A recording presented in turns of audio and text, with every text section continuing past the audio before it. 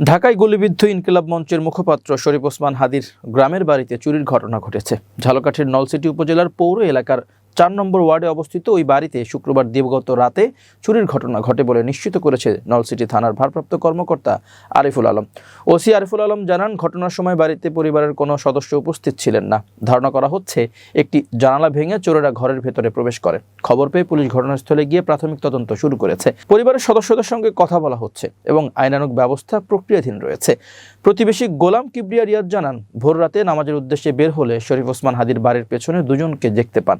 সন্দেহ হলে তাদের দাঁড়াতে বললে তারা দৌড়ে পালিয়ে যায়। এদিকে আজ সকালে বাসা দেখাশোনার দায়িত্বে থাকা প্রতিবেশী জান্নাতি আক্তার জানান, বাড়ির সামনে একটি গামছায় মোড়ানো টাকা পরিত্যক্ত অবস্থায় পড়ে থাকতে দেখে তিনি বিষয়টি তার বড় বোন ফাতেমা বেগমকে জানান। পরে ফাতেমা বেগম বাসায় ঢুকে দেখতে পান একটি আলমারি ভাঙা। আলমারিতে থাকা নগদ টাকা চোরেরা নিয়ে গেছে বলে পরিবারের পক্ষ থেকে জানানো হয়েছে।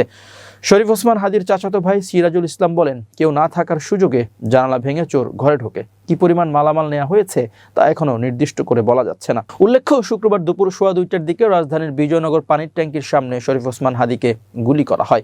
তিনি তখন মতিঝিলের একটি মসজিদে প্রচার কার্যক্রম শেষে সতীর্থদের সঙ্গে মধ্যাহ্নভোজের উদ্দেশ্যে ব্যাটারি রিকশায় সোহরাওয়ার্দী উদ্যানের দিকে যাচ্ছিলেন। চলন্ত রিকশায় থাকা অবস্থায় মোটরসাইকেলের পেছনে বসা এক আততায়ী তাকে লক্ষ্য করে গুলি ছোড়ে, যা তার মাথায় লাগে।